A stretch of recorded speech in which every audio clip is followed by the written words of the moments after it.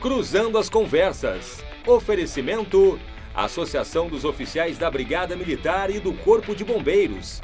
Defendendo quem protege você.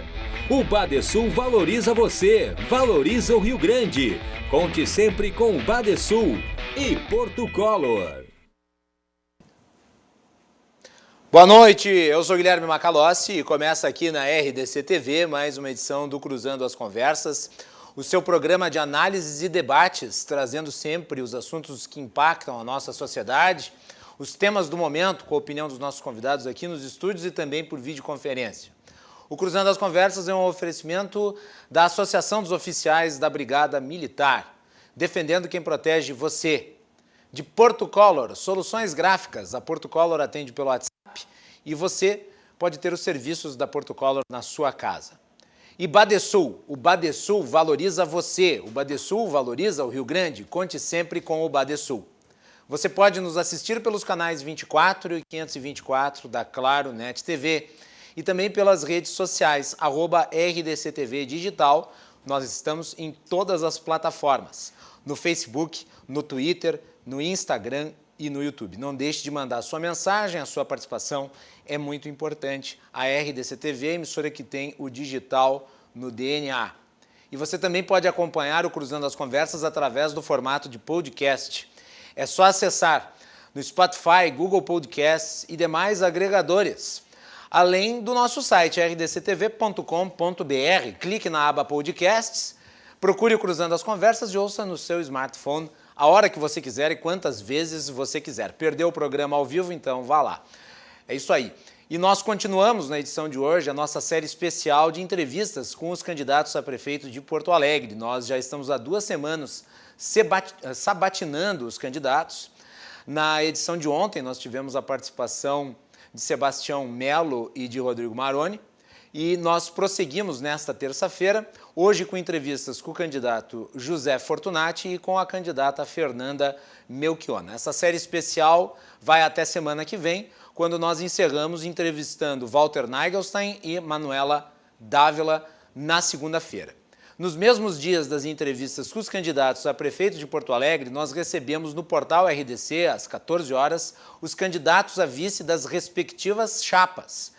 Então, os candidatos a vice participam à tarde com o Cláudio Andrade, o Armando Burdi e também com a Melanie Rupental. E à noite o candidato a prefeito participa aqui do Cruzando as Conversas comigo, Armando Burdi e a Melanie Rupental. O Cruzando as Conversas dá com isso a sua contribuição à formação do voto dos porto-alegrenses. E lembrando que nós também estamos com uma série de entrevistas especiais com os candidatos a prefeito de alguns dos principais municípios do interior do Rio Grande do Sul. Essa nossa série especial continua amanhã, a partir das 17 horas, com os candidatos a prefeito, sabatinas com os candidatos a prefeito de Caxias do Sul. E vocês todos são convidados a acompanhar no portal RDC, eu, Cláudio Andrade e Vitória Caroline. Também já deixando bem explícito e anunciando com antecedência, no dia 26, às 14 horas, o portal RDC realiza o debate entre os candidatos a vice-prefeito de Porto Alegre. Cláudio Andrade modera.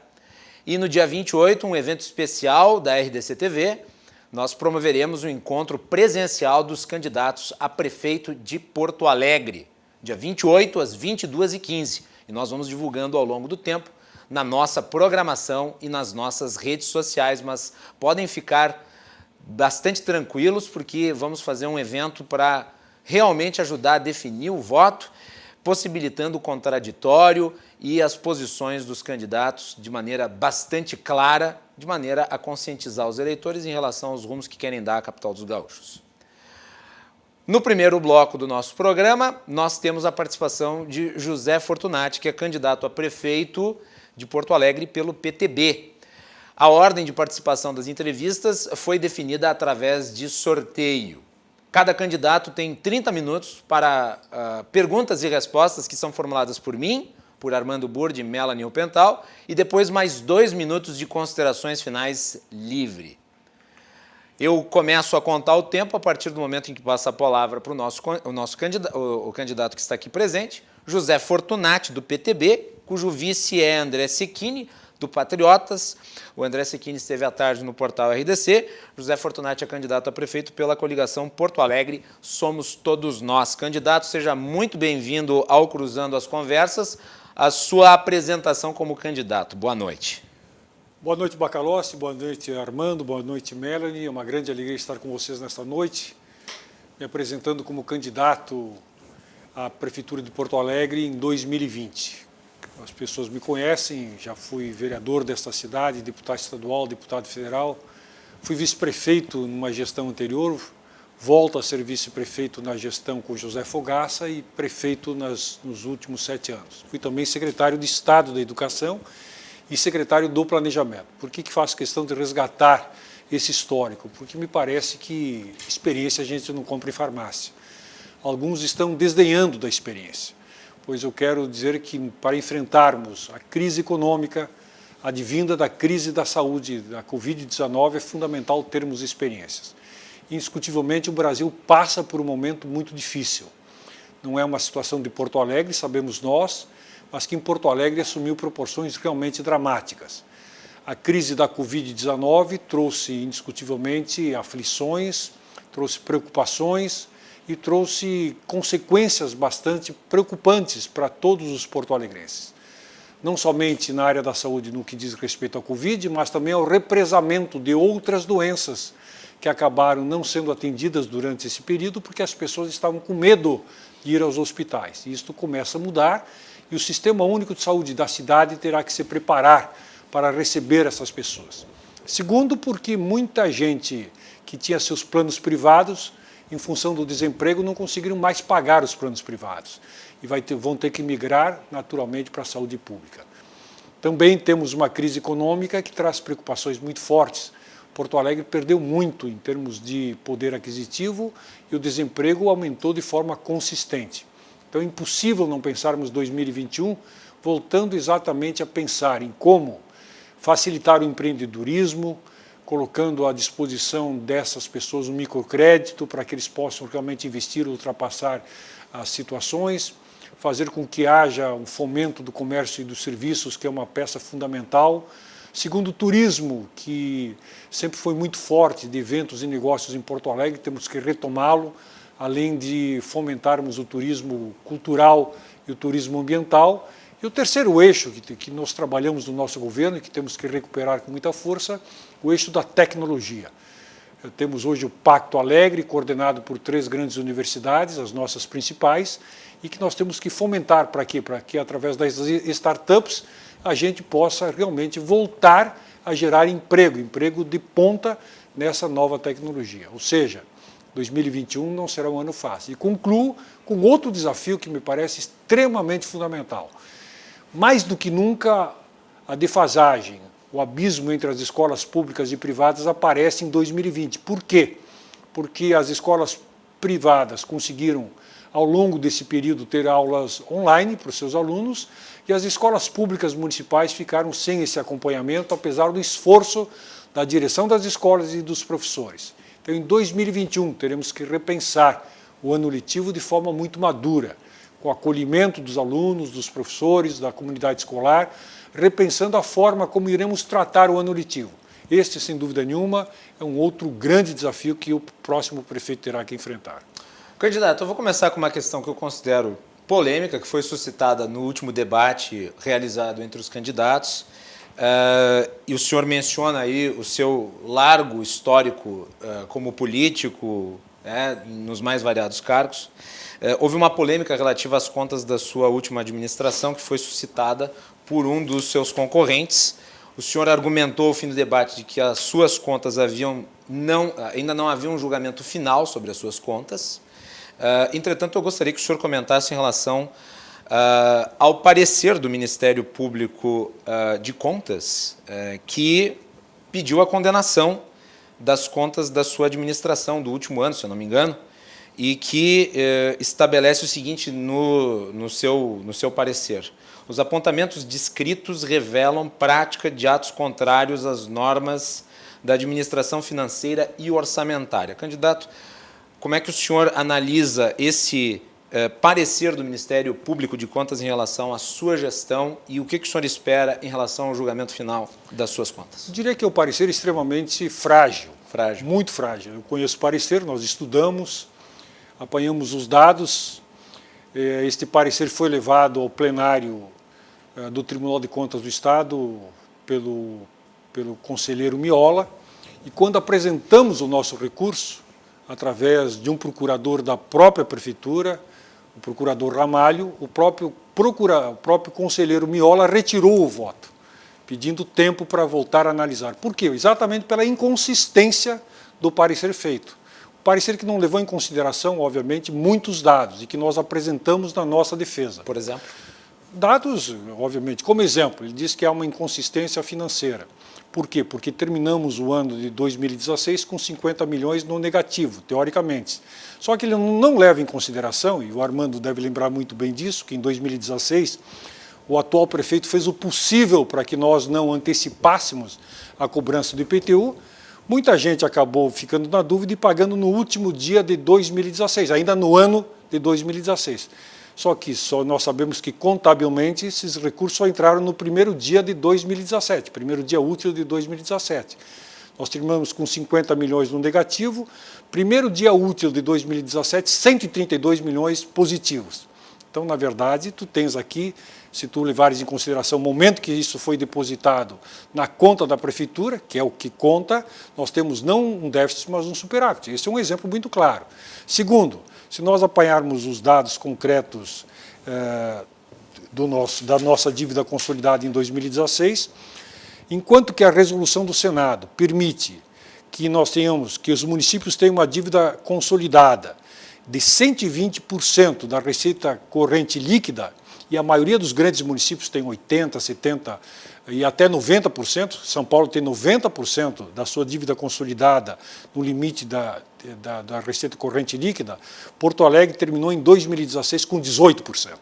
18%. É um exemplo de como... Você acredita que vai ser inocentado pela Câmara de Vereadores, no caso? Não, primeiro... Ela vai rejeitar o parecer. Não, primeiro, vamos deixar claro, o Tribunal de Contas não julgou ainda, nós temos um parecer. Perfeito. Vai para o pleno do Tribunal de Contas. Eu tenho plena convicção que a partir do momento em que todos os conselheiros receberem o nosso recurso, analisarem seriamente os dados que nós apresentamos, que o Tribunal de Contas vai aprovar as minhas contas. Não a Câmara, mas o Tribunal de Contas. Só mais um ponto aqui que eu acho que é importante antes de passar para a Melanie e para o Armando, que é em relação à questão dos fornecedores. O senhor divulgou um balanço ao fim da sua gestão. Havia um déficit em relação aos fornecedores, que era na ordem de 139 milhões. Um recurso o senhor deixou para pagar na próxima gestão. Como é que ficou isso ao fim do seu mandato? Isso é normal. Está dentro da normalidade. Isso é normalidade. Ninguém consegue, naturalmente, quando encerra o ano, porque o ano orçamentário ele não esgota com toda a sequência de receitas e despesas. Na verdade, tu faz um calendário, e esse calendário ele é cumprido no ano seguinte. Não é pelo fato de ter mudado o governo que as contas de governo não continuam acontecendo, não tem um fim. Não fechou uma empresa e abre uma nova empresa. Na verdade, a empresa, entre aspas, Prefeitura Municipal de Porto Alegre, tem continuidade. O fato de mudar o administrador não significa que mude a gestão. Isso é importante perceber. Armando Burdi. Pamela, vai lá, Melanie. Boa noite, candidato. Boa noite, ontem nós recebemos aqui na bancada o candidato Rodrigo Maroni e ele fez duras críticas à sua gestão quando o senhor era prefeito. Segundo as palavras dele, o senhor aparelhou a prefeitura e também fez um shopping center para sua mulher inaugurar. Ele estava se referindo ao Hospital Veterinário de Porto Alegre. Como o senhor se defende dessas acusações? Bom, em primeiro lugar, temos que levar a qualificação do Maroni. Eu considero, obviamente, alguém que não merece grandes qualificações, porque ele entrou no processo eleitoral sem realmente apresentar uma proposta séria, uma proposta concreta para a prefeitura. Em segundo lugar, quem conhece o trabalho que nós desenvolvemos em torno dos animais sabe que Porto Alegre foi uma referência na minha gestão em termos de proteção animal. Criamos a Secretaria Especial dos Direitos Animais, a primeira no país voltada para a questão animal. Segundo, construímos um hospital, que foi um hospital completamente doado por um empresário. Então isso estranha, as pessoas estranham, mas não teve nenhum troca-troca, não teve nada, simplesmente alguém amante de animais, chamado Alexandre Grandene, que fez uma doação. de um hospital veterinário com todo equipamento que é modelo para o país. Então não é um shopping center. Na verdade, Maroni tem dor de cotovelo, porque obviamente ele gostaria de ter construído, não construiu, tenta desconhecer tudo que foi feito na nossa gestão. Relação com os protetores, o brechocão, 2 ônibus que percorriam as vilas populares de Porto Alegre para fazer a castração, o tratamento dos animais, tanto cães quanto gatos. Ou seja, eu tenho muito orgulho do que nós fizemos durante a nossa gestão em termos de proteção animal. Isso eu discuto com muita tranquilidade. Maroni, obviamente, tem uma dor de cotovelo enorme em relação a isso e, por isso, vocifera quando fala sobre a nossa gestão. Mas só falando em troca-troca, há também um processo no Ministério Público que o senhor seria acusado aí de contratação de funcionários fantasmas e também de nepotismo cruzado, podendo beneficiar a sua esposa. E dessas acusações, como o senhor se defende? Bom, isso já está no Poder Judiciário. Se tu fores no Poder Judiciário hoje, já foram ouvidas 14 testemunhas, inclusive elencadas pelo Ministério Público, todas me inocentando, todas, sem exceção. Armando. Boa noite, candidato José Boa noite, Armando. Eu lhe pergunto, o senhor ingressou no PTB e já conversou com o presidente nacional, Roberto Jefferson? Teve algum contato com ele? Sim, eu tenho uma relação com o Roberto Jefferson desde que fui deputado federal. Sim. Nós somos deputados federais juntos, nós éramos, obviamente, partidos diferentes, posições diferentes no Congresso Nacional, mas nos tornamos bons amigos. Aliás, eu tenho este hábito de não fazer amigos ou inimigos em função de posições políticas, só para deixar isso muito claro. Eu frequentemente acompanho algumas manifestações em Face e hoje me surpreendeu muito a manifestação do senhor Roberto Jefferson, presidente nacional do Partido Trabalhista Brasileiro. Ele diz, abre aspas, o PTB está em um novo momento de sua história. O combate à esquerda é a nossa tarefa mais emergente. Una-se a nós nesta luta, filie-se ao PTB. Eu não imagino que o senhor tenha entrado no PTB para combater a esquerda, claro onde o senhor nasceu, desenvolveu, mas essa afirmação do presidente não lhe deixa numa situação de incômodo? Não, na verdade, o que acontece? A posição do presidente do PTB. Eu, quando entrei no PTB, analisei concretamente os estatutos, seu programa partidário, que tu conheces, ele tem uma longa tradição, antes mesmo de Roberto Jefferson. Disse claramente ao presidente Roberto Jefferson, quando estive em Brasília me filiando, porque foi uma filiação que fiz lá em Brasília, dizendo claramente, presidente, eu estarei ingressando no PTB, mas quero ser respeitado pela minha história. Tenho 64 anos de idade, 45 de vida pública e quero sem problema nenhum. Estando de acordo com o estatuto, com o programa, sem problema algum. Ou seja, nada me obriga a seguir o que o presidente do PTB afirma. O presidente do PTB tem as suas posições e eu tenho as minhas posições.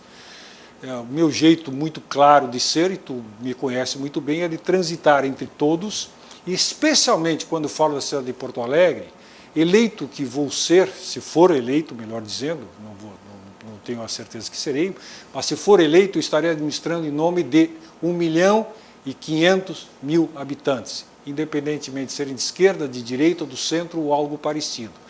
Eu administrei a cidade durante 7 anos, sempre com esta visão, uma visão de que a questão ideológica ela é secundária na questão citadina. Nós temos que cuidar das políticas públicas, nós temos que cuidar da cidade, nós temos que buscar o melhor para o cidadão, independente da sigla partidária que o prefeito pertence, aos seus vereadores, presidente do partido e assim por diante. Mas o senhor é um dos quadros mais qualificados do PTB nacional, é como eu avalio. O senhor não se sente incomodado com essa manifestação, agredindo, dizendo frontalmente que o combate é à esquerda, contra a esquerda? Eu não farei isto, Armando. Porque o senhor ainda é de esquerda. Não sou de esquerda. esquerda. Acho que a sua composição em Porto Alegre dá para situá-la à centro-direita, pelos partidos que a formam. O senhor passou para a centro-direita? Não, eu sou da esquerda. Então, veja bem, se olhares a nossa coligação, alguns dizem, não, mas a coligação tem partido Bolsonaro porque hoje o Roberto Jefferson defende o Bolsonaro. Mas nós temos o Podemos. É o maior defensor do Bolsonaro. Nós temos o Álvaro Dias, do Podemos, que é anti-Bolsonaro. Então, a questão nacional não está colocada em Porto Alegre. O que a coligação, todos somos Porto Alegre, defende, são políticas públicas voltadas para o cidadão. É isso que importa nesse momento. a questão ideológica ela deve ser discutida nos seus patamares adequados, ou na instância partidária ou lá no Congresso Nacional. Em Porto Alegre, nós vamos cuidar da cidade. E se eu for eleito, assim como fiz, e é importante esta menção, eu trabalhei com o presidente Lula, porque eu era prefeito, Lula era presidente, trabalhei com a presidente Dilma, trabalhei com o presidente Temer, trabalhei com o governador Tarso, trabalhei com o governador Sartori. Se eu for eleito, vou trabalhar com o governador Eduardo Leite e com o presidente Bolsonaro. É isto, o prefeito tem que ser isto, ele tem que ser o representante da cidade como um todo. No momento em que a gente se apega a questões ideológicas, sendo o mandatário maior da cidade, isso contamina a gestão, começa a afastar pessoas, começa a afastar entidades, começa a afastar parceiros que são fundamentais na construção da cidade. Não tenho dúvida, as pessoas me conhecem disso, que para enfrentarmos a crise da Covid-19, a crise econômica que está aí, se nós não juntarmos a força de todo mundo, depois das eleições, até as eleições cada um vai apresentar suas propostas, fazer as disputas normais, apresentar seus programas. A partir dado o voto popular, o prefeito passa a ser o prefeito ou a prefeita, porque nós temos mulheres e eu quero respeitá-las, passa a ser o prefeito ou a prefeita de todos 1.500.000 habitantes. Candidato, o senhor falou sobre a Covid, eu acho que é importante a gente entrar nesse tema, porque é o tema do momento, e 2021 ainda será de enfrentamento à pandemia. Porto Alegre tem um número relativo a mortes que é inferior a outras capitais. O senhor considera que a atual gestão fracassou na forma como lidou com a pandemia? O que o senhor faria diferente? Não me compete analisar o que está sendo feito porque tem um prefeito eleito. Mas o senhor é concorrente não. Deste prefeito. Eu sou concorrente para a próxima gestão. Eu sou concorrente para assumir a cidade em 1º de janeiro de 2021. É isto que eu sou concorrente. Então vamos mudar a pergunta. Então, o que o senhor fará em 2021? Não, é isto. O que nós já estamos fazendo. Nós já apresentamos, a bancada do PTB apresentou na Câmara de Vereadores, em nosso nome, um projeto de lei criado o FUNCovid, fundo para exatamente conseguirmos buscar recursos não somente do município, governo do estado, governo federal, iniciativa privada, para comprarmos, se for necessário, as vacinas, como está fazendo o governador Dória, governador do Paraná, para que a gente garanta o acesso à vacina para 1.500.000 porto-alegrenses. É isso que nós vamos fazer. Então, nós estamos trabalhando. Segundo, estamos já pensando na volta às aulas, porque a volta às aulas tem tudo a ver com a Covid. Eu acho uma temeridade voltar agora. O que nós vimos no Amazonas, e isso é dados agora recentes, com a volta às aulas, 600 professores foram contaminados em apenas uma semana. Ou seja, é importante voltar às aulas, é importante, desde que tenhamos protocolos seguros. E o que eu percebo, eu hoje conversava com o Luísio, que é o nosso produtor, ele dizia, meu filho está no Colégio Militar. Colégio Militar de Porto Alegre. O Colégio Militar de Porto Alegre tem protocolo esplêndido. Então eu defendo a volta dos alunos do Colégio Militar, mas como é que eu vou defender a volta de alunos de uma escola da Bom Jesus ou da Cruzeiro, que deveriam voltar, sem que esses protocolos estejam sendo cumpridos? Não estão. Então nós precisamos, como poder público, darmos essa segurança dos protocolos da saúde para os nossos alunos e professores. Ao estabelecer a volta de determinadas escolas e não de outras, tu não está criando um fosso de resultado entre os alunos? Não, isso já acontece. Veja bem, o que a gente tem que perceber. Desde o início da pandemia, as escolas privadas continuaram atendendo os seus alunos através da chamada educação online. Todas as escolas privadas fizeram. Nas escolas públicas do município, especialmente, falou-se em colocar para os alunos o chamado aplicativo, que até hoje não funciona. Segundo, não levou-se em consideração que os alunos das escolas públicas eles estão em vilas populares. Normalmente, nessas casas, nessas famílias, tem um único aparelho celular, o pai ou a mãe levam esse aparelho celular para trabalhar, eles têm, na chamada pré-recarga, um conjunto de dados muito pequenos, ou seja, o fosso ele se ampliou muito nesse período, infelizmente. Por isso, nós temos que pensar muito na retomada das aulas nas escolas públicas, levando exatamente em consideração esse fosso que se agravou muito durante a pandemia. Certo, o senhor falou agora que não poderia, né, emitir a sua opinião porque o senhor não está vigorando como prefeito, mas no seu plano de governo o senhor tece algumas críticas sobre a atual gestão. O senhor diz, seguindo fielmente as palavras que o senhor utilizou no seu plano de governo, que a atual gestão criou uma grande confusão na estrutura pública municipal, misturando áreas sem afinidades e também extinguindo órgãos importantes e criou outros sem nenhuma eficácia. Que órgãos são esses que o senhor se refere? Na verdade, parte-se do pressuposto, e isto é muito comum na opinião pública, de que administrar e reduzir secretarias. Parte-se do pressuposto que, bom, tem 10 secretarias, vou reduzir para 5, estou administrando. E o Armando, que tem cancha exatamente de administração pública, sabe que não é isto. Na verdade, nós temos que ter áreas bem específicas, voltadas exatamente para alguns assuntos, para cuidar desse assunto. Eu conversava hoje à tarde, numa reunião online com o Sindicato dos Hotéis e Gastronomia de Porto Alegre. Qual é a grande queixa desse setor? De que o setor de turismo, que é fundamental para a cidade, simplesmente foi abandonado no último governo. Por que foi abandonado? Porque a Secretaria de Turismo que existia, ela foi assimilada pela Secretaria de Desenvolvimento Econômico, ou seja, virou um pequeno departamento. E o assunto turismo, que é fundamental, O senhor recriaria a secretaria? Com certeza, com certeza. O senhor vai recriar várias secretarias? Não é recriar. A questão é o seguinte, sem criar novas estruturas... Sem juízo, só é isso, nós vamos criar algumas secretarias sem criarmos novos... Por quê? Reduziu-se o número de secretarias, não se reduziu nenhum CC. Então, essa história de simplesmente reduzir o número pode parecer muito bonito do ponto de vista propagandístico. Mas a proposta de redução de CCs ela foi barrada na Câmara de Vereadores. Não, Melanie, tu reduz CC não é simplesmente reduzindo o projeto de lei, é demitindo CCs.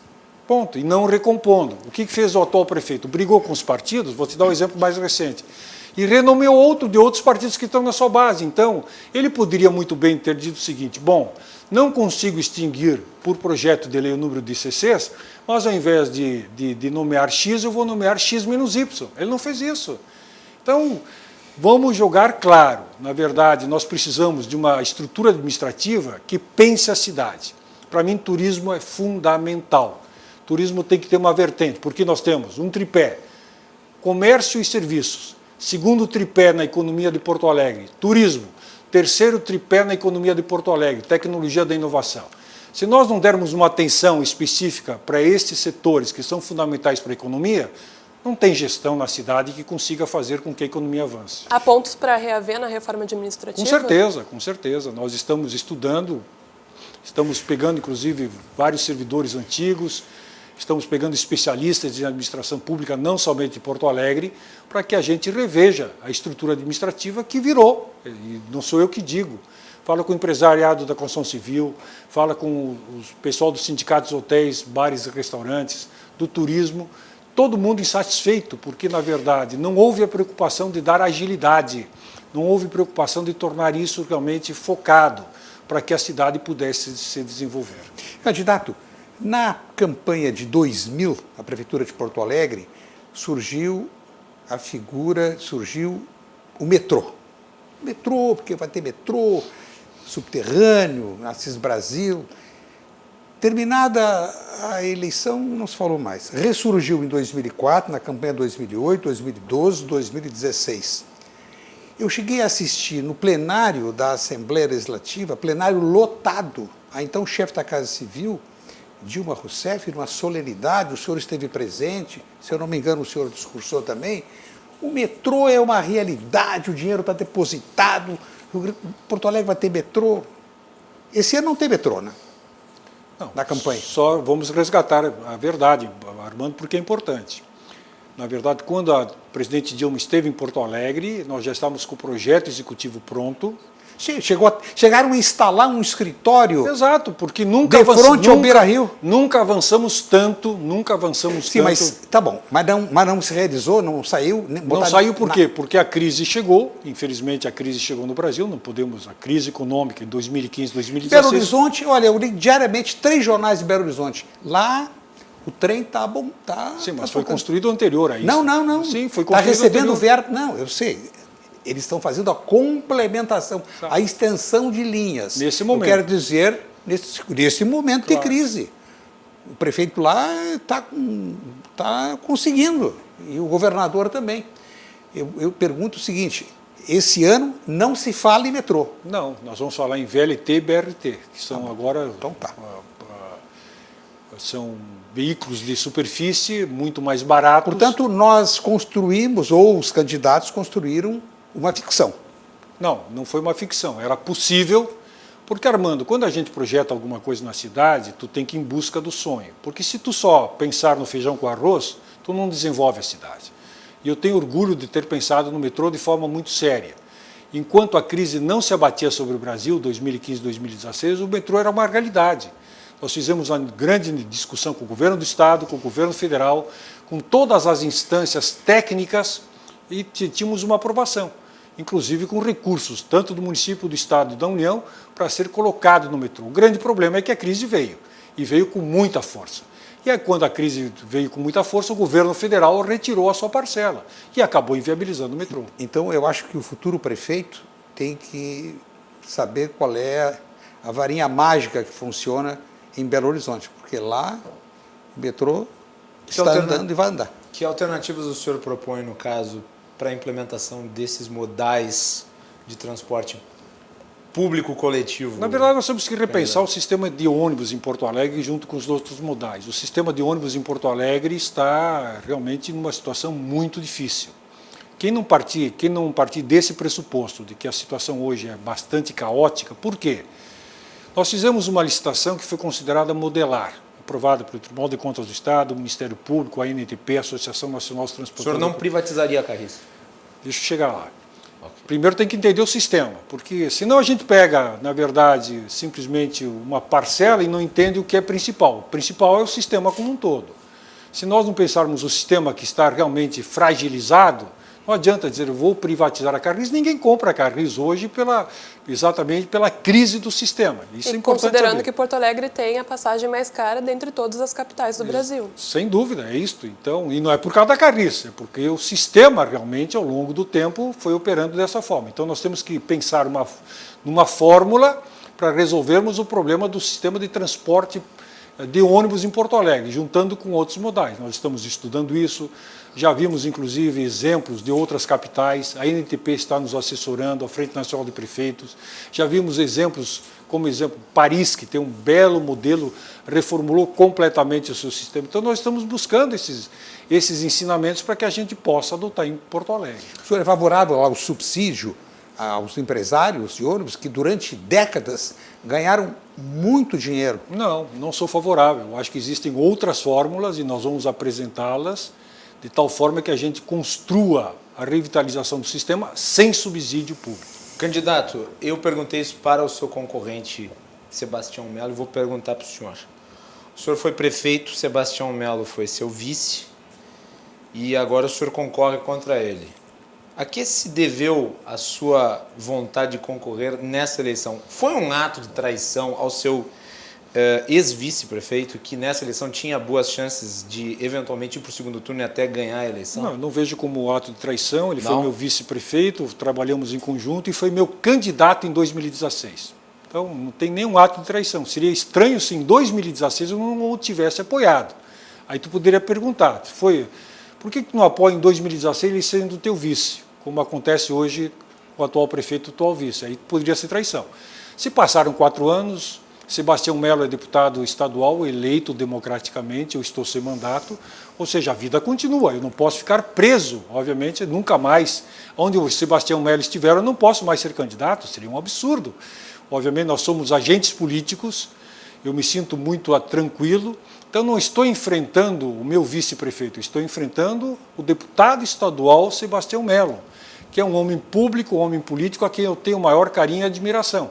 Mas, nesse momento, nós estamos, obviamente, fazendo uma disputa política, tentando mostrar para a população de Porto Alegre, que ele é o melhor candidato, e eu que sou o melhor candidato. Senão, eu teria que comparar com outros candidatos que também são meus amigos. Alguns deles trabalharam comigo. Walter Nalgastein foi meu secretário, 2 vezes secretário. Aí pode dizer, então é traição? Não, na verdade, ele tem todo o direito e eu poderia citar outras pessoas. É normal.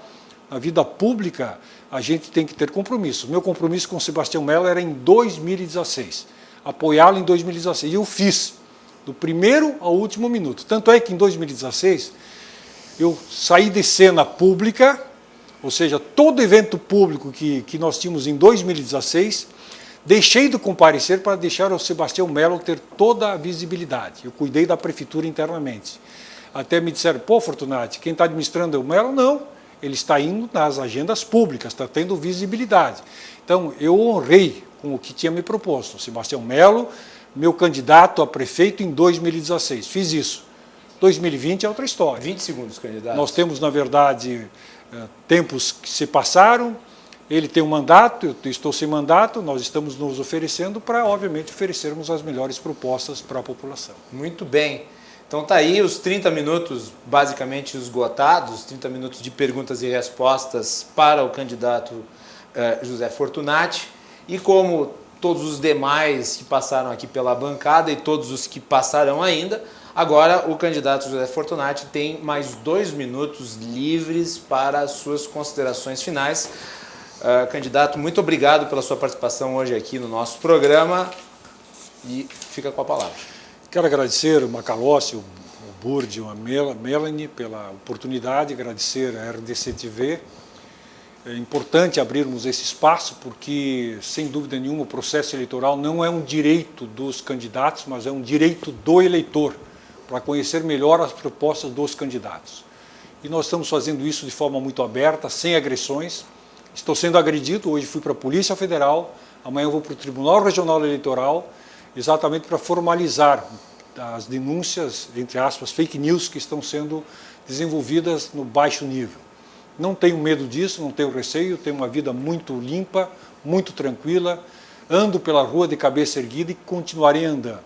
Temos propostas, tenho experiência, tenho formação e quero, obviamente, conversar de uma forma muito clara com a população de Porto Alegre.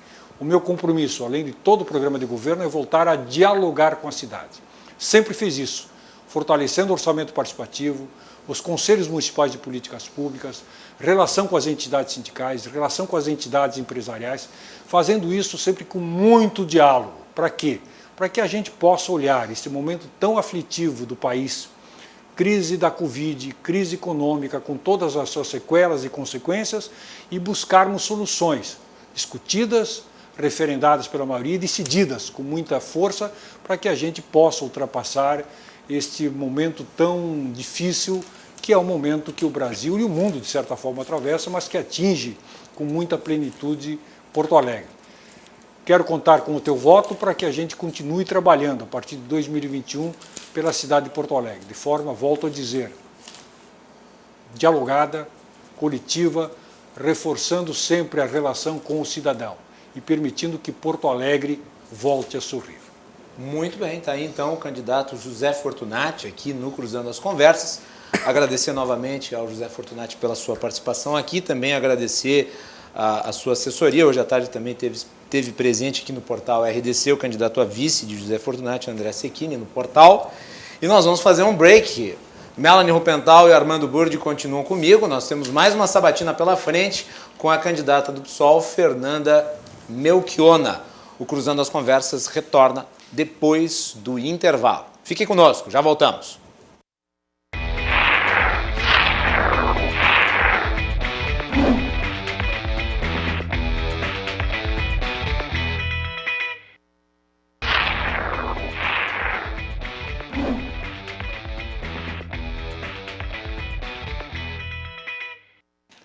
Cruzando as Conversas está de volta, neste dia em que continuamos a série de entrevistas com os candidatos a prefeito. Lembrando que os nossos programas especiais nas segundas e terças-feiras recebem os candidatos a prefeito em 2 sabatinas por dia. E no mesmo dia à tarde, os candidatos a vice-prefeito das respectivas chapas participam de sabatinas no portal RDC com o Cláudio Andrade. À tarde, junto com o Cláudio Andrade, a Melanie Rupental e também o Armando Burdi. E à noite, eu, Armando Burdi e Melanie Rupental. O nosso programa é um oferecimento da Associação dos Oficiais da Brigada Militar, defendendo quem protege você. De Badesul Desenvolvimento. Badesul valoriza você, valoriza o Rio Grande. Conte sempre com o Badesul. E Portocolor Soluções Gráficas. A Portocolor atende pelo WhatsApp e você pode ter os serviços da Portocolor na sua casa. Amanhã, a RDC TV continua também a sua série de entrevistas com os candidatos a prefeito das cidades do interior do Rio Grande do Sul. Sim, porque o interior também é importante e nós temos foco no nosso estado como um todo. Então, nós estamos fazendo uma série de entrevistas com os prefeitos das principais cidades do interior. E amanhã nós começamos uma série com os candidatos a prefeito de Caxias do Sul, às 17 horas. Eu, Cláudio Andrade, e a Vitória Caroline, você é convidado a acompanhar. Lembrando que nós vamos realizar 2 debates entre os candidatos aqui da capital, nos dias 26 e dia 28. No dia 26, nós vamos fazer um debate entre os candidatos a vice-prefeito. Por quê? Porque é importante os vices se manifestarem. E é por isso que nós estamos oferecendo um espaço amplo para os vices durante a nossa programação. E no dia 28, às 22h15, um grande evento da RDC-TV, a realização do debate dos candidatos a prefeito de Porto Alegre presencial. Você é convidado a acompanhar. Nossa segunda entrevistada dessa noite é a candidata pelo PSOL, Fernanda Melchiona. Ela é candidata junto com Márcio Chagas. Os dois são do PSOL e o Márcio Chagas esteve hoje à tarde no portal RDC. A Fernanda Melchiona participa agora, lembrando que a ordem de sorteio e ela já foi pré-definida antes da realização dessas sabatinas. Cada candidato tem direito a 30 minutos de perguntas e respostas, formuladas por nós 3 aqui na bancada, e depois, após o término desse primeiro espaço, mais 2 minutos livre para suas considerações finais. Candidata, eu gostaria de lhe agradecer a presença aqui no nosso programa, dar as boas-vindas e a sua apresentação inicial. O tempo começa a contar agora. Boa noite. Boa noite, Guilherme. É um prazer estar aqui contigo, com o Burd, com a Melanie e com todos os telespectadores da RDC-TV. Quero cumprimentar, em primeiro lugar, a cobertura que vocês estão fazendo do processo eleitoral. Não só as sabatinas, que eu acho que é um momento muito importante, mas também a questão dos debates. Essa será a primeira eleição desde 1982 que as grandes emissoras de televisão não promoverão debates entre os candidatos, justamente no momento tão grave da nossa história, marcado pela pandemia, marcado pela, ameaça constante às liberdades democráticas promovidas pelo governo Bolsonaro e por uma crise econômica e política que aprofunda. Sou a Fernanda Melchiona, estou deputada federal pelo PSOL, componho a chapa junto com o Márcio Chagas, que vocês conhecem da luta dos esportes, do combate ao racismo nos esportes, mas que além de tudo é professor de educação física. A nossa coligação com o PCB, a UP e o PSOL diz que Porto Alegre pede coragem, porque nós achamos que é justamente o que falta neste momento no Paço Municipal. Talvez sobre autoritarismo ao Marquesan e falte coragem para enfrentar os grandes problemas que a cidade vive. Ao contrário, Burd, eu acho que o Marquesan retroalimenta os grandes problemas da cidade de Porto Alegre com uma agenda autoritária, anti-povo, anti-trabalhadores, anti-servidores públicos, e nós vimos uma cidade que perdeu muito em qualidade de vida, em qualidade dos serviços no último período. Certamente nós vamos ter a oportunidade, com as perguntas de vocês, de debater. Mas para nós, nessa eleição, nós temos 3 grandes desafios.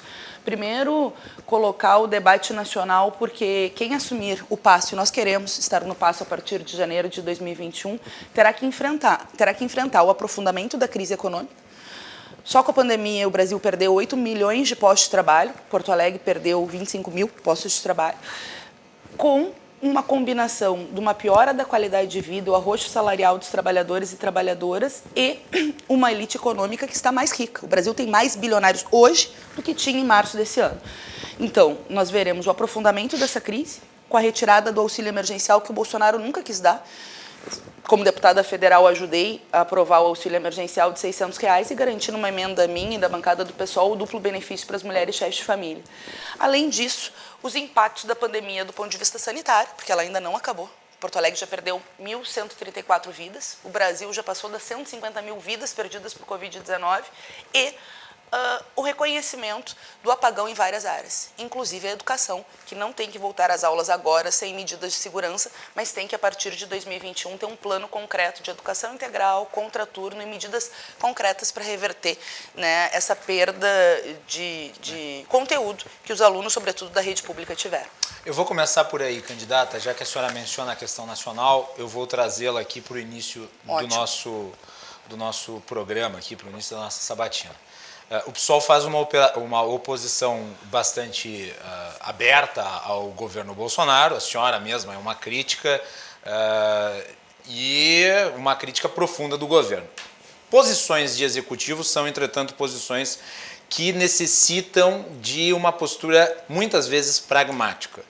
Eu lhe pergunto, uma vez vitoriosa no processo eleitoral, sagrando-se aí prefeita da capital, como é que vai ser a sua relação político-institucional com o presidente da República? Haverá ou vai ser na base do fora Bolsonaro e de outros adjetivos que podem ser escolhidos para caracterizá-lo? Guilherme, eu quero te agradecer muito a pergunta. Eu acho que ela é uma pergunta central. Nós estamos no pior momento da nossa história, talvez, e tem candidatos que, por oportunismo, talvez, diante de uma popularidade que ainda existe no governo Bolsonaro, até às vezes... Crescente. Mas cresceu em função do auxílio emergencial que ele nem quis dar. Enfim, é concreto.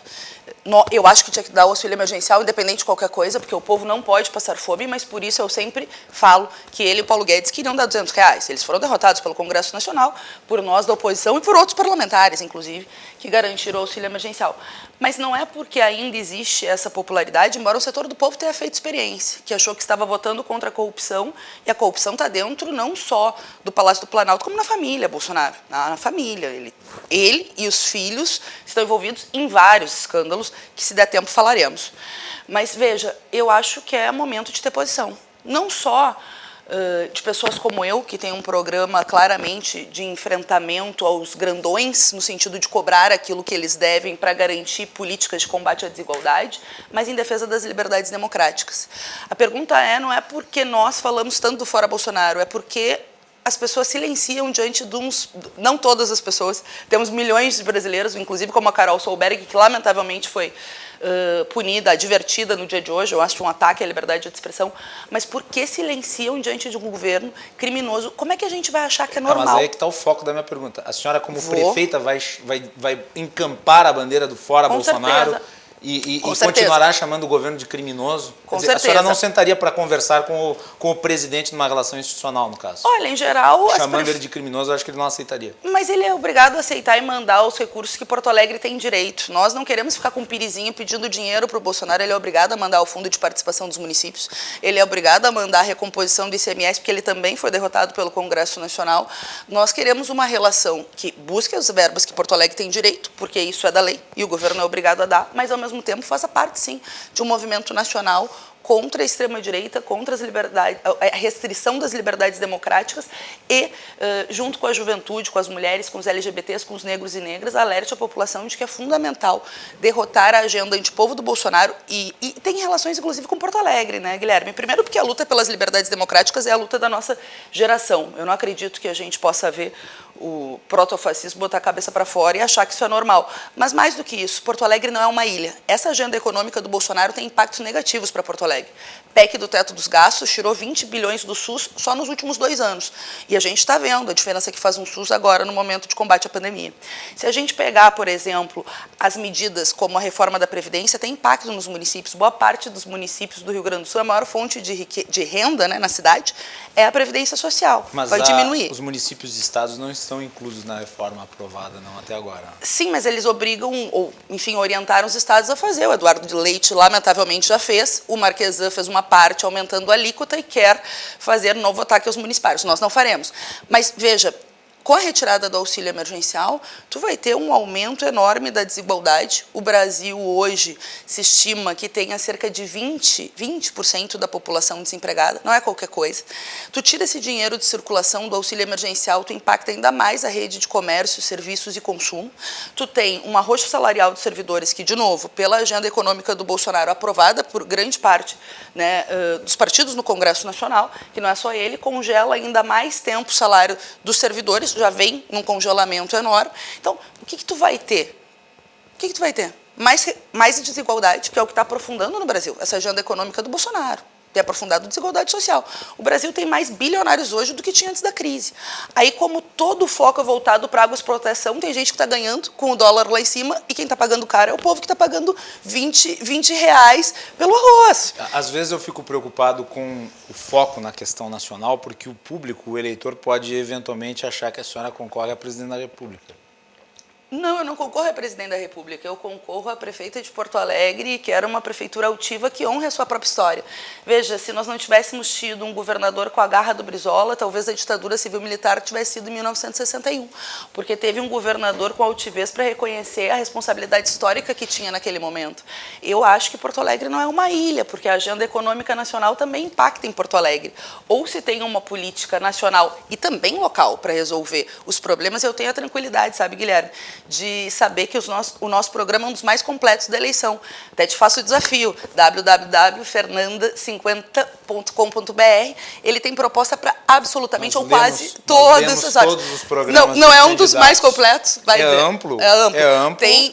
E nós vamos questioná-la sobre o seu programa, com certeza. Mas nós Porto Alegre não é uma ilha e certamente Porto Alegre tem que ter uma postura altiva para buscar os recursos que Porto Alegre tem direito, mas também cumprir a responsabilidade histórica de não deixar as parcas liberdades democráticas, ainda tão recentes no Brasil, irem pelo ralo diante de um governo criminoso, genocida, irresponsável e que merece, enfim, o Brasil não merece o que está passando nesse momento. Candidata, nessa eleição nós não vimos uma unidade da esquerda, mas alguns candidatos se manifestaram a respeito.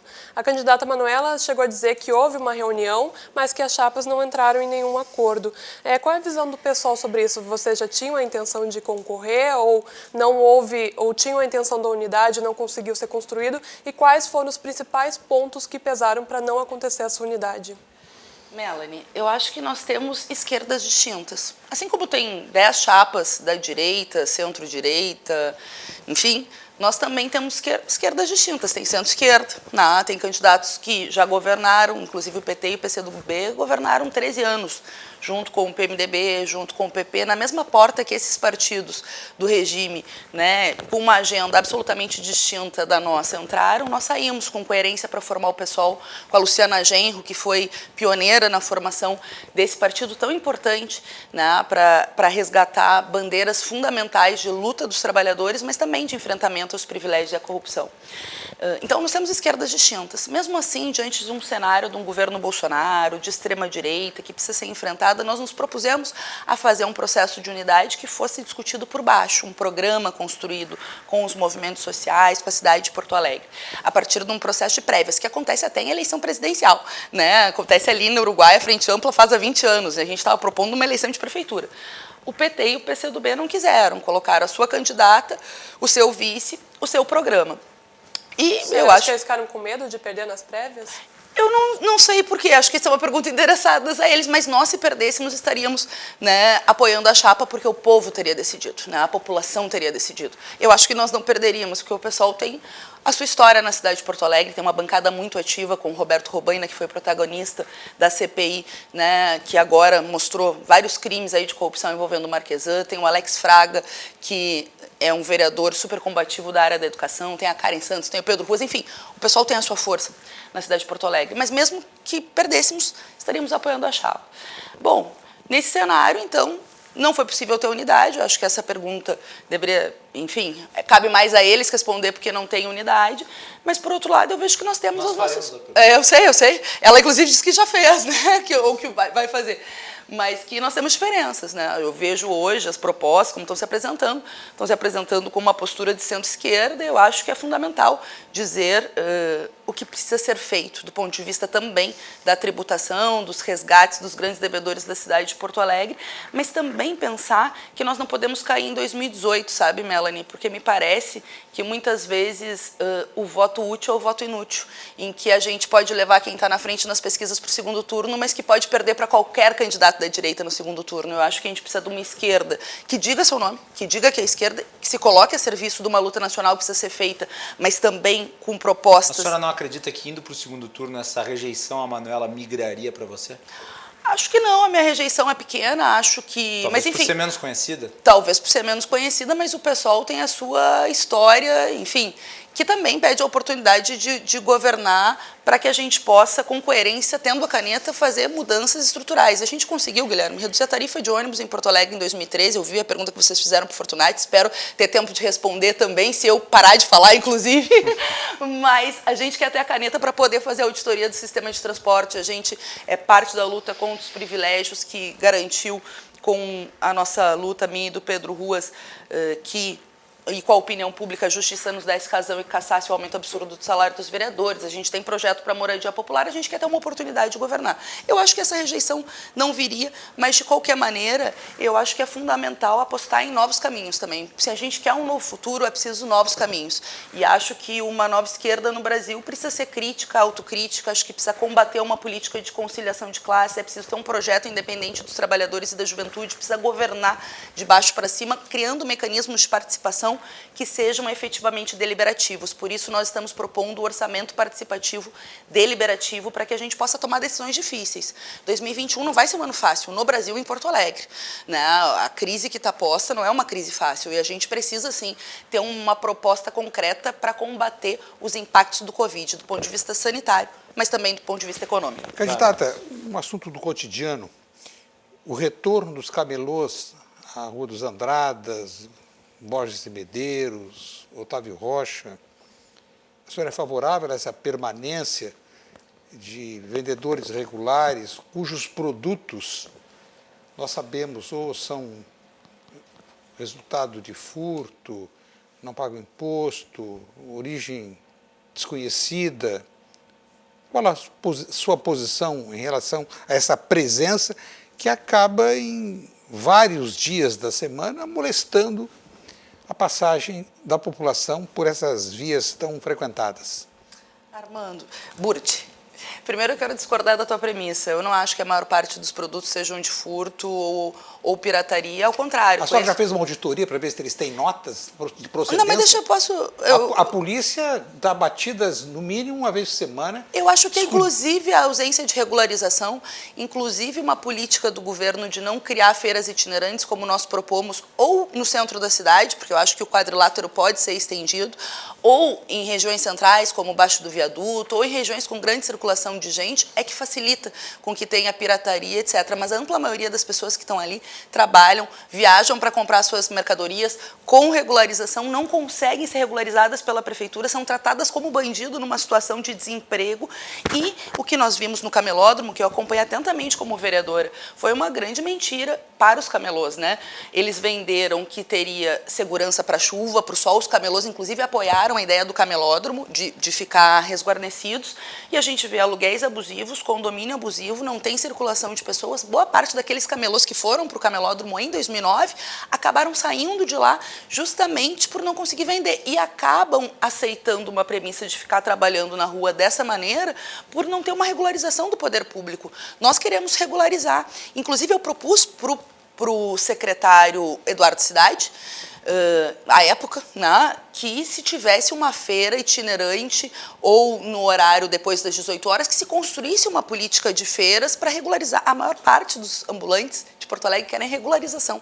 Não querem ficar vendendo de maneira ilegal, tendo que estar correndo do rapa ou mesmo ser tratado como bandidos. E é óbvio que pirataria e furto de produtos, absolutamente somos contra, mas eu não acho que seja a maioria. Acho que vai aumentar a informalidade, Burti, com a crise econômica, e a gente precisa ter medidas concretas para garantir que as pessoas possam trabalhar. A senhora acha que a prefeitura, então, tem um preconceito e está decidida a não permitir que eles tenham a obtenção de uma renda, por mínima que seja? Não fizeram, né? Com exceção do camelódromo, não tem nenhuma política da prefeitura de feiras, né? Quem ficou ali na Rua da Praia foi pouca gente. Na Rua da Praia regularizada, aquela partezinha ali perto do shopping Rua da Praia. Depois tu tem algumas barracas na Cis Brasil, alguns alvarás que funcionam na Oswaldo Aranha, mas demora para sair os alvarás. Quando é que sai? Mesmo no gasômetro, que quando foi feita a reforma da Orla, se garantiu que aquele espaço novo construído ali no meio seria para os camelôs, foi toda uma luta para seguir nos camelôs. Eu, como vereadora, ajudei a garantir que seguisse, mesmo assim a prefeitura depois queria tirar. Acho que não tem, Burti. Acho que não tem. E é preciso ter. Acho que é preciso ter com eles, construir e ter regularização. Candidata, contas públicas, eu acho que é um tema importante. Fundamental. E o seu plano de governo ele se desdobra numa série de planilhas escrutinando as contas apresentadas pelo município. E em dado momento, não tenho o termo preciso, mas lá no início do manifesto do documento, a senhora... A sua candidatura estabelece que, basicamente, o que a prefeitura fez foi estimular déficits. Ou criar déficits contábeis de maneira a poder depois fazer uma política anti-gasto social. É isso que o documento apresenta em síntese. Não são essas as palavras, mas é isso em síntese. E mais adiante, no documento, a senhora diz que quer dizer, a sua candidatura estabelece que a prefeitura, uma vez eleita, a senhora vai liderar aí um movimento nacional das cidades contra a lei de responsabilidade fiscal. Como é que a senhora pretende tratar o gasto público indo contra a legislação federal? Quer dizer, a senhora vai ter que cumprir a lei enquanto a lei existir, né? Claro, por isso ou a senhora vai descumpri-la? Não, por isso fazer um movimento contra a crise para poder mudar a legislação, porque eu acho que a lei de responsabilidade fiscal... Não vai pedalar? Não, mas eu vou cobrar de quem deve para Porto Alegre. Tu sabia, Guilherme, que um dos maiores devedores para Porto Alegre é o Itaú? Deve 13 milhões para o município de Porto Alegre. Não me parece cabível que a prefeitura massacre o Zezinho, a Dona Maria, que mora na Restinga, e o Itaú deva 13 milhões para o município de Porto Alegre. Mas não está em cobrança judicial? Está em dívida ativa, mas se tem mecanismos de fazer uma transação tributária. Inclusive, outras grandes devedoras são grandes incorporadoras, que têm sua OABITS, que têm suas obras liberadas. A senhora não atribui isso à incompetência legislativa? O sistema tributário brasileiro é o mais complicado do mundo, reconhecidamente. 90 impostos, taxas, contribuições. Isso é uma complicação para quem precisa. E o sistema declarativo, nos Estados Unidos, olha, 3 ou 4 países no mundo ainda utilizam o sistema declarativo. Então, se essas grandes corporações, se elas têm grandes advogados e conhecem os meandros das leis tributárias e recorrem, cabe ao Executivo ou ao Legislativo mudar. Nós ouvimos falar em reforma tributária há mais de 30 anos, mas nunca vi nenhuma abordagem no sentido da simplificação, porque simplificação significa efetivamente a cobrança e vedando os ralos da sonegação. Inclusive, no seu plano de governo, a senhora nem fala em reforma tributária, a senhora fala em revolução tributária. Isso, eu falo em revolução tributária, que é o que precisa, é o que eu defendo no Congresso Nacional, que as grandes fortunas paguem, porque no Brasil é muito engraçado, né? A pobre, classe média, pequenas empresas pagam muito imposto, inclusive o setor produtivo, e banco é uma farra. Mas eu queria pegar voltando às contas públicas. Voltando às contas públicas, que eu acho que é muito importante. Eu vejo que falta coragem para os governos cobrarem essa dívida. Qual é o total dessas dívidas? 2 bilhões de reais. É quase o orçamento das receitas próprias. Tu vai ter grandes empreiteiras que estão sempre fazendo obras e novas obras sendo licenciadas enquanto elas têm dívidas milionárias que podem ser cobradas em moradia popular. Eu estou propondo uma lei de transação tributária, Burt, para que essas empresas que devem, paguem para o município a partir de bens e serviços. No caso dos bancos, com o projeto Nome Limpo, para ajudar no desendividamento popular. É claro que é insuficiente para desendividar os 300 mil porto-alegrenses, mas tu pode ter um cadastro transparente que permita que famílias de mais baixa renda e, sobretudo, mulheres chefes de família tenham prioridade no projeto Nome Limpo. Grandes bancos do sistema financeiro que devem muito ao município de Porto Alegre ajudam a desendividar, né, com essa contrapartida social a população que pode ter nome na praça. No caso das empreiteiras, eu estou propondo... Se elas recusarem, candidato. Porque elas podem recusar, afinal de contas existe um litígio processual. Mas mais ou menos. E se elas têm certeza que não vão ser cobradas, por que elas vão... É que mais ou menos, porque tu pode com a lei de transação tributária, coisa que nunca foi feita. Primeira pergunta do Burt. Tem a questão jurídica, mas tem a questão dos amigos do rei, Burt. Eu aprovei como vereador e votei a favor um projeto que cria o cadastro municipal de inadimplentes, para ter uma lista das grandes empresas devedoras de Porto Alegre. Te pergunto, o Marquesan publicou? Não. Até hoje a população não sabe. Sabe por que a população não sabe? Tem a lei. O prefeito poderia fazer, que é uma forma de dar transparência. Eu consegui isso por lei de acesso à informação pública, que antes da eleição eu pedi. Essa tentativa já foi feita por vários governos. Eu eu constato, porque o governador, no governo Colares, o secretário Orion preconizou a publicação mensal de um balanço que entrou, que saiu. Aí o corpo técnico da Fazenda disse que era muito difícil, impossível. Claro que eles se comunicam entre si.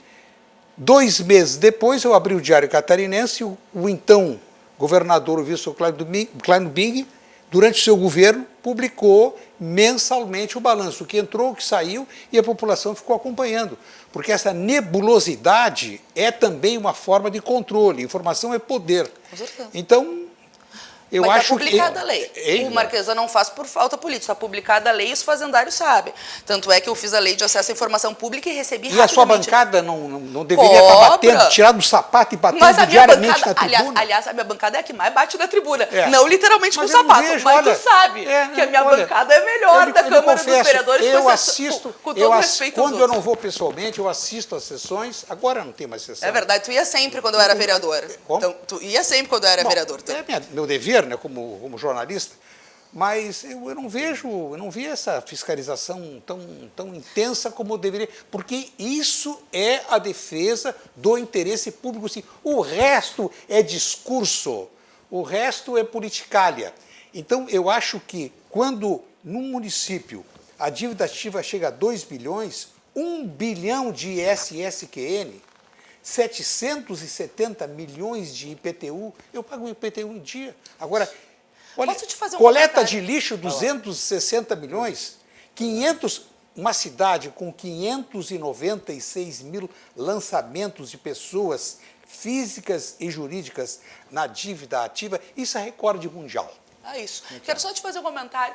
Tu paga o IPTU religiosamente regular. Eu também. Vivo de aluguel, mas pago sempre porque vem junto. Não tem retribução nenhuma com não, isso. E todo mundo aqui, suponho, na mesa. Sabe quem são os maiores devedores em IPTU para Porto Alegre? 4 mil imóveis de luxo que devem 100 milhões. De luxo, Burdi. Eu não estou falando classe média. Não, estou falando luxo. Não adianta denunciar isso. É preciso uma atitude concreta do legislativo. E do executivo. Do executivo. Também. Porque eu vou te dizer, Sim, mas a minha bancada... a Câmara faria? existe para fazer O que leis. eu faria? O que a senhora Exatamente. faria, especificamente, contra esses imóveis de luxo? Especificamente sobre os imóveis de luxo, ia fazer uma força-tarefa junto com os fazendários, tem muita gente qualificada, eles identificaram, prioridade 1, cobrar esses recursos, 100 milhões de reais.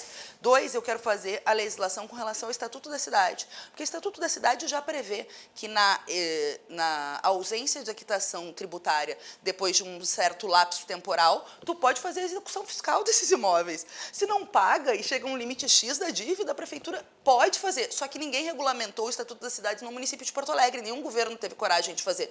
Nós vamos fazer. Para quê? Para desonerar os pobres e a classe média e permite. O que o Marquesa fez com o IPTU progressivo foi um tarifaço na classe média, desculpa, mas os grandões, de novo, passaram batidos. Não pode ser assim, nós precisamos ter coragem de enfrentar os grandes. E no caso da lei de transações tributárias, como faltam só 4 minutos, eu estou propondo 4 modalidades na lei que permitam, sim, facilitar e criar mecanismos de execução fiscal caso não haja o pagamento das grandes incorporadoras, enfim, que é uma forma de tu ter política pública como nome limpo, projeto de moradia popular e, ao mesmo tempo, obrigar os grandes devedores a negociar com o município de Porto Alegre. A senhora está chamando os procuradores que são concursados de competentes. São. Desleixados. Não, são competentes, eu conheço muitos procuradores. Porque o trabalho não Se eles são os advogados da prefeitura, nossos advogados, e permitem a existência de 596 mil lançamentos na dívida ativa... Mas eles que lançam, Burdi. O problema é qual é a prioridade. No caso dos 100 milhões de devedores, foram os fazendários que identificaram. Os fazendários têm um projeto que permite, com 8 medidas,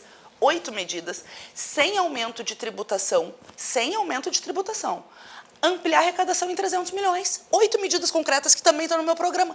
Os municipários fizeram, mas o que o Marquesa faz? Chama os municipários de vagabundo, desrespeita, governa com um monte de CC, briga com os próprios deles, porque que eu não gosto do Marquesa não é nenhuma novidade, é um autoritário, neoliberal, mas mesmo gente dos partidos que coadunam com as ideias dele não aguentam ele perdeu 18 secretários, o vice-prefeito, que tem a mesma agenda econômica dele, concorre contra ele agora porque não aguentou o Marquesan. Imagina, ele não senta com a qualidade técnica do município de Porto Alegre. Desrespeita. E como seria, caso a senhora seja eleita, a participação privada no seu governo? Haveria parcerias ou talvez até privatizações de alguns pontos? Olha, Isso é um ponto importante. Porque a senhora se coloca como uma candidata de centro-esquerda? Eu não, eu sou esquerda. Eu acho que tem outros candidatos de centro-esquerda, candidatos, mas eu sou esquerda. Uma candidata de esquerda, então vamos lá, uma candidata de matriz socialista, por assim dizer. Sim. Então, como é que... Eu acho que essa a pergunta da Melanie é fundamental. Claro. Como é que vai ser a sua relação com a iniciativa privada? Com as entidades que representam a iniciativa privada? Vai ser beligerante ou a senhora vai tentar entrar no É que acordo? depende, tem muitas relações. Eu quero ter um programa de microcrédito para as pequenas e microempresas, gente. E a prefeitura, porque estão falindo. Estão falindo, os bares e restaurantes estão falindo. A cidade de Porto Alegre está falindo. Hoje faliu mais um. Histórico, 45 anos. Né? Que é o Bambus, o Van Gogh foi posto à venda, o Everest, podemos listar junto. Tem que ter projeto, porque são os que mais geram emprego. Como política pública, microcrédito, que nós também estamos propondo. Agora, eu vou reverter todo esse processo de privatizações que o governo Marquesan está fazendo. Da saúde pode fazer pública. isso? Posso, depende de cada um deles. Isso é verdade. Tem que buscar as brechas jurídicas e políticas da E saúde se a senhora pública. não achar, a senhora vai estar incidindo num estelionato eleitoral. Não, porque significa que eu vou reverter o processo de privatização dos postos que estão na minha mão. Agora, a partir de janeiro de 2021, nós temos uma luta muito importante, que inclusive começa a greve amanhã dos trabalhadores do IMESF, para que o Marquesan não demita esses trabalhadores e terceirize os serviços. Por quê?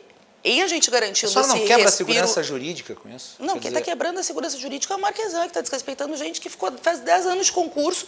E eu tive com a agenda com a ministra Rosa Weber. Ela disse que é possível fazer uma modelagem. Nós estamos propondo a criação de uma empresa pública de saúde pública. A empresa que ele contratou para o posto Bom Jesus e da Lomba é empresa inidônea em vários municípios. Eu posso, sim, pesquisar as brechas jurídicas. A PUC, que pegou um setor lá do HPV, do Hospital Presidente Vargas, tem um contrato que é de 2 milhões por mês, que a prefeitura paga e não repõe os profissionais de saúde. Eu posso quebrar o contrato mostrando que quem está fazendo serviço público são os servidores públicos, embora a prefeitura esteja dando 2 milhões de reais. Posso fazer.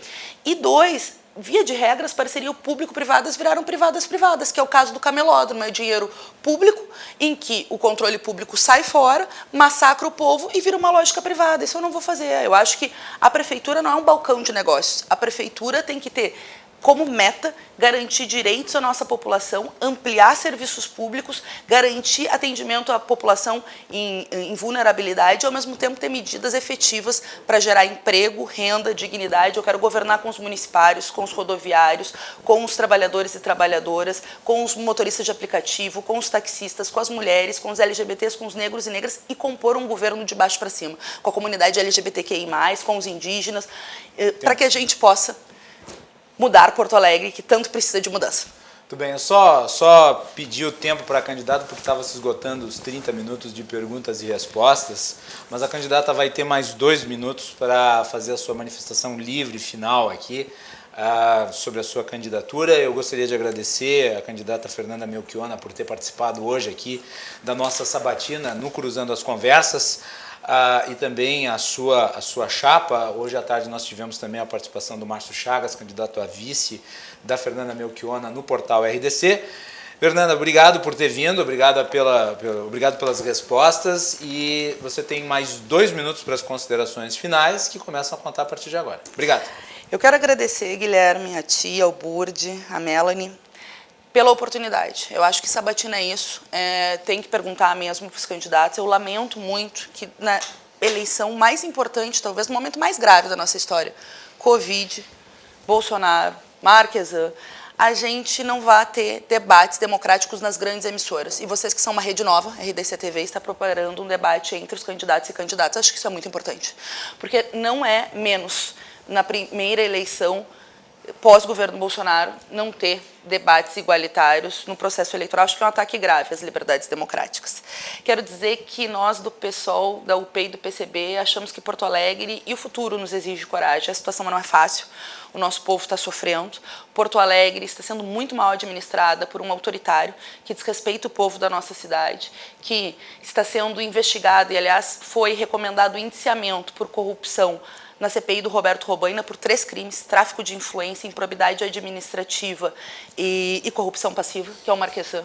Porto Alegre não merece o pior prefeito que a sua história já teve, mas também não se pode construir o futuro com um retrovisor olhando para o passado. Por projetos que já governaram, seja o Brasil, seja Porto Alegre, e que também já mostraram que contribuíram nesse processo que a nossa capital chegou. É fundamental apostar em novos caminhos, e nós queremos apostar num caminho junto com a coragem do nosso povo, que as mães têm, que os jovens têm, que os trabalhadores e trabalhadoras têm em situação adversa e têm a coragem de enfrentar os desafios e batalhar pelo seu futuro. Nós queremos, com essa coragem do povo, mudar a Prefeitura de Porto Alegre, cortar 70% dos cargos em confiança, governar com os municipários e municipárias, criar mecanismos de participação popular.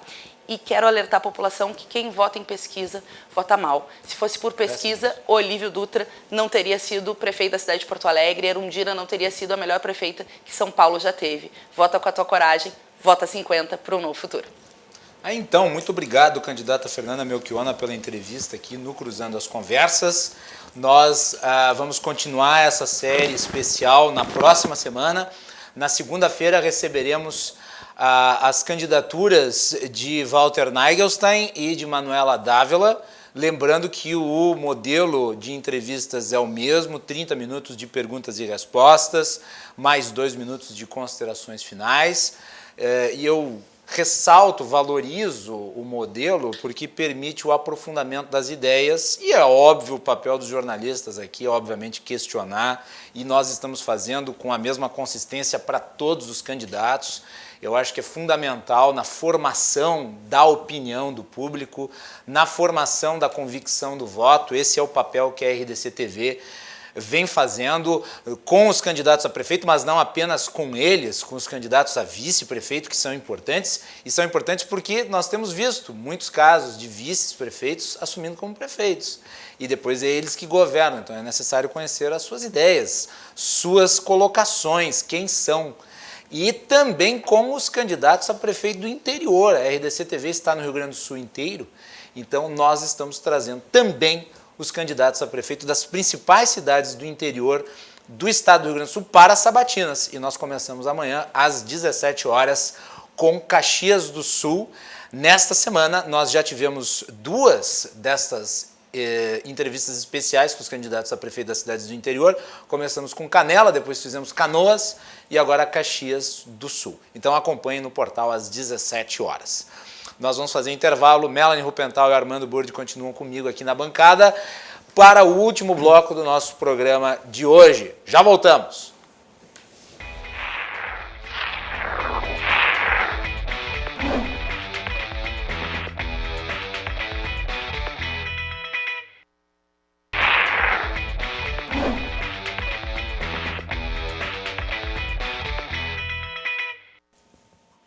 Último bloco do Cruzando as Conversas de hoje, especial Eleições 2020.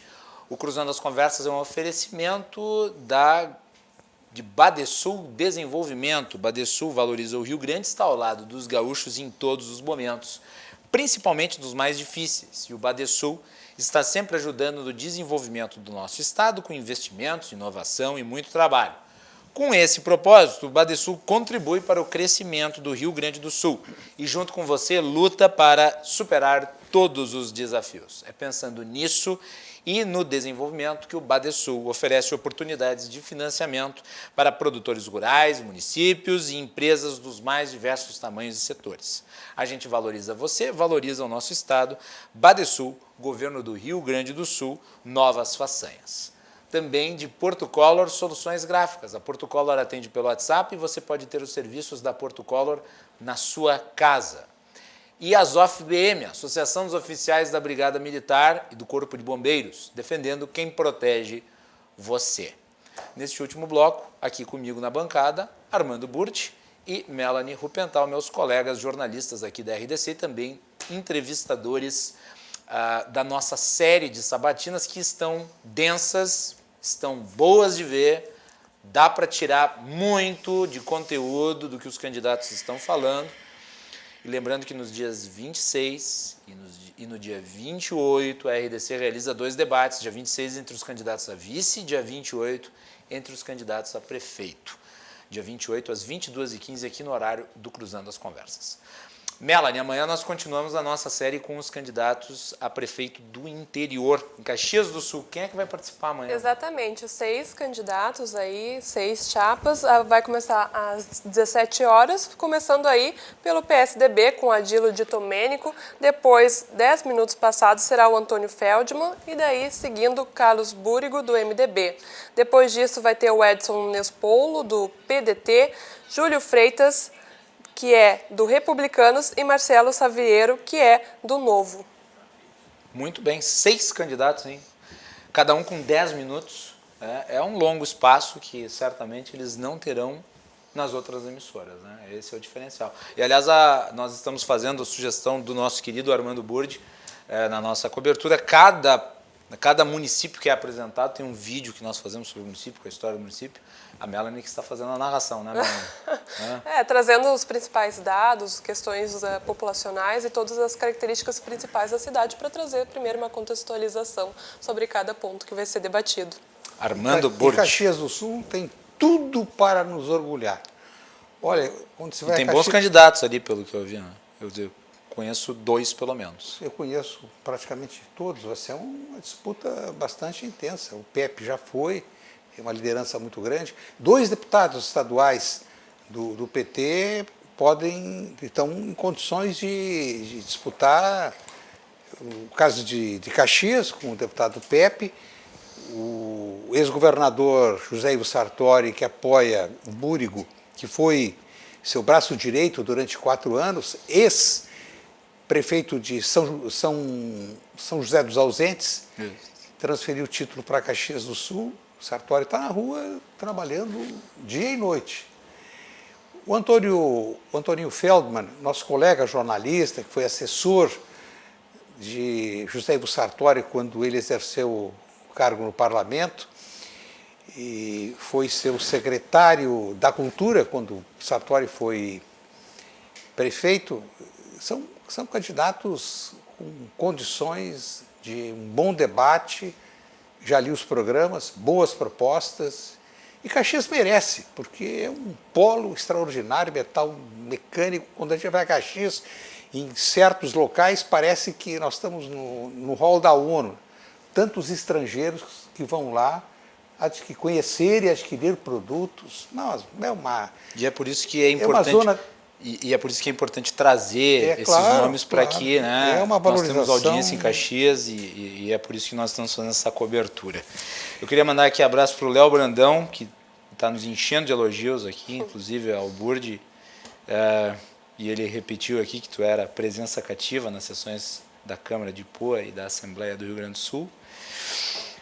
E, aliás, né, Armando, tu escreveste hoje uma coluna no site da RDC sobre o financiamento das eleições, né, o financiamento público, que é muito polêmico, uma montoeira de dinheiro que jamais devia ter sido colocada à disposição. Olha, né? Eu considero o fundo partidário por si só já um absurdo. Uma excrescência, acho que a palavra certa é excrescência. São 2 fundos.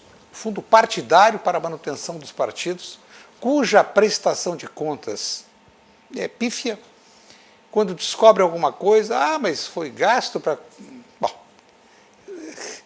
gastos absolutamente... É uma cíntia. Só gasto em porcarias. Mais o fundo eleitoral, que é distribuído pelos caciques dos partidos. Não se justifica quase 2 bilhões de reais numa eleição municipal, em que se faz com automóvel, ou com Uber, ou de ônibus. E ficou mais explícita na pandemia, né? Quer dizer, o dinheiro faltando em áreas essenciais. Então é o seguinte, o Congresso manda, desmanda, a chacrinha é a mesma. Olha, é dinheiro que está faltando para a gente que está passando uma situação trágica. Então, Armando, essa é a constatação que eu faço. E a economia, Armando? Olha, antes da economia... PIB parece que não vai cair tanto quanto se esperava, né? Ainda bem. Antes da economia, eu quero me referir ao fato de que é triste quando a manchete da Folha de São Paulo, um grande jornal, um dos 3, 4 maiores jornais do país, traz na manchete a briga interna dentro do Supremo Tribunal Federal em função da libertação ou não do André do Rep. Aliás, Rap Traficante é internacional. Né? É a sigla de Rhythm and Poetry, né? É ritmo e poesia. Mas lá no Supremo Tribunal não tem ritmo e poesia. Tem uma intrigalhada que não condiz com a tradição da corte mais alta, que decide os fatos mais importantes, que diz respeito à nossa Constituição. Olha, é uma tristeza. E do ponto de vista externo, uma vergonha o que está acontecendo. Mas sobre economia... E a postura do Marco Aurélio Mello? Desligou o telefone na cara de uma jornalista que perguntou para ele, porque o assessor dele era advogado do réu. Manteve até o final essa posição. Não, ele desligou o telefone na cara. Quer dizer, isso é uma injúria daquele jeito que ele costuma falar. Olha, é um pavão que vive lá na dele, não está nem aí pro resto do povo, que vive numa outra situação, numa outra circunstância. Por quê? Porque ele tem segurança, carro blindado, proteção do Estado, ele tem tudo que nós não temos. Mas ele empurrou para o legislativo a decisão dele. Teve um conjunto de erros. Mas é óbvio que o ministro poderia ter analisado o caso de forma diferenciada. Não dá para dizer, eu não tenho culpa. Todos têm, mas ele também. Gordi. Bom, para terminar a noite, vamos terminar a noite com uma notícia boa. Claro, é nosso dever profissional ficar centrado no noticiário político, mas hoje eu dei uma olhada em informações da Organização Internacional do Comércio, e os dados são de orgulhar. O Brasil é o maior exportador mundial de café, de carnes bovina e de frangos, de suco de laranja. Não quer dizer que nós somos os maiores produtores. Alguns países produzem mais. Estados Unidos, por exemplo, produz mais suco de laranja. Mas exportadores, no ranking dos exportadores, nós estamos em primeiro lugar. Nós somos os maiores exportadores de soja, de milho, de celulose de eucalipto, e aqui está a empresa de Guaíba, de fumo, Santa Cruz, Rio Pardo. Olha, eu acho que continuará assim, com o setor privado dando o melhor de si, gerando empregos, gerando impostos. Tomara que continue assim, desde que o governo não atrapalhe, né? Porque atrapalha e atrapalha muito. Eu vou citar apenas um exemplo. Muitos professores nos cursos de economia lembram de um episódio ocorrido em 1995. Tornou-se assim um paradigma sobre a intromissão do Estado e a penúria em que muitas vezes o Estado deixa os empreendedores. E é muito comum, em rodas de empresários, perguntar assim: como é que vai o teu sócio? E a resposta: mas eu não tenho sócio. Não tem sim, o governo é sócio. Todos nós é sócio, nosso sócio do atraso. Eu vou contar o caso que é muito citado em cursos de economia. Na cidade de Ilhéus, em 1995, Ilhéus, cidade maravilhosa da Bahia, uma empresa que produz pasta, manteiga de cacau, em larga produção, e 95% da produção eles exportam. Exportavam, exportam. E ocorreu a um dos diretores dizer: bom, em vez de nós termos o custo de transporte e termos que nos certificar em mercados como Canadá, Estados Unidos e todos os países inúmeros que eles exportavam e exportam, vamos fazer uma experiência de instalar uma unidade nos Estados Unidos. Fizeram uma pesquisa e a cidade que consideraram a mais adequada foi New Jersey, ao lado de Nova York. Instalaram uma fábrica com o mesmo porte da fábrica de Ilhéus. Fizeram um grande investimento, financiamento. Bom, e no final do primeiro mês, o diretor que se deslocou para lá disse: olha, eu vou mandar para vocês os dados, os documentos de tudo que nós gastamos aqui. E incluiu um capítulo dos tributos.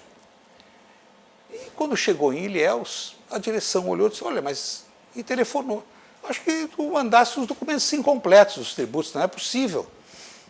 O que vocês estão pagando lá corresponde a 25% do que nós pagamos aqui. Não, nós contratamos o melhor contador da cidade, está tudo certinho. Nós temos negativas de tudo, não devemos para ninguém, estamos pagando tudo direitinho. Ainda mais somos uma empresa estrangeira. O que eles pagaram lá, em 95, para o governo dos Estados Unidos, na forma de tributos? Previdência social, seguros médico e desemprego, o imposto predial e o imposto de renda. As cobranças do governo norte-americano.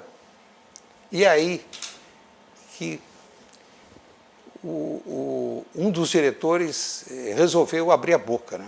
Bom, lá um sistema tributário objetivo, claro, transparente, simplificado, e aí de quem não paga, vai para a cadeia. Aqui no Brasil, lá em 95, e continua o mesmo quadro, paga-se PIS, COFINS, deixa eu pegar fôlego aqui, PIS, COFINS, Imposto sobre Produção Industrial, IPI, IOF, Imposto sobre Operações Financeiras, INSS, CPMF, que naquela época havia, não há mais, felizmente, uma taxa para o INCRA, porque eram produtos primários, SEBRAE, SES, SENAC, FGTS, ICMS, IPTU, IPVA, Imposto de Renda, Imposto de Importação, Contribuição sobre o Lucro, Salário Educação, Seguro Acidente, Contribuição Sindical. Então, está justificado aí, né? Toda empresa tem um sócio, querendo ou não querendo. É o governo, que recolhe para quê?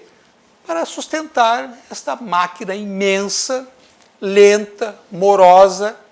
É muito comum, eu que vou a muitas secretarias, aqui tem gente muito boa, muito competente, eu reconheço, sim. Pois é, mas eles estão desmotivados, estão isso, estão aquilo. Mas essa máquina é sustentada, Macalossi. Sabe como é que se chama isso? Se chama manicômio tributário. Senhores, nós vamos ficando por aqui. Agradecer, Melanie, obrigado pela parceria. Armando, obrigado também. Eu que agradeço. Nós voltamos com a série especial de sabatinas na próxima segunda-feira, mas o Cruzando as Conversas volta amanhã para falar sobre emprego, geração de empregos, agora na fase posterior ao pico, ao platô da pandemia. A pandemia não acabou, mas ela está com números descendentes e, felizmente, as projeções aí do crescimento são muito positivas. Aqui no Rio Grande do Sul, nós vamos falar especificamente do que está sendo feito no sentido de recuperar os empregos e, obviamente, as soluções aí que estão no horizonte. Voltamos então amanhã. Uma boa noite a todos e até mais.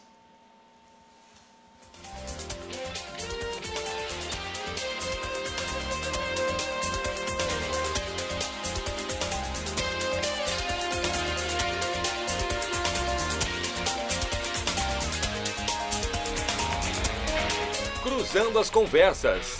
Oferecimento: Associação dos Oficiais da Brigada Militar e do Corpo de Bombeiros. Defendendo quem protege você. O Badesul valoriza você. Valoriza o Rio Grande. Conte sempre com o Badesul. E Porto Colo.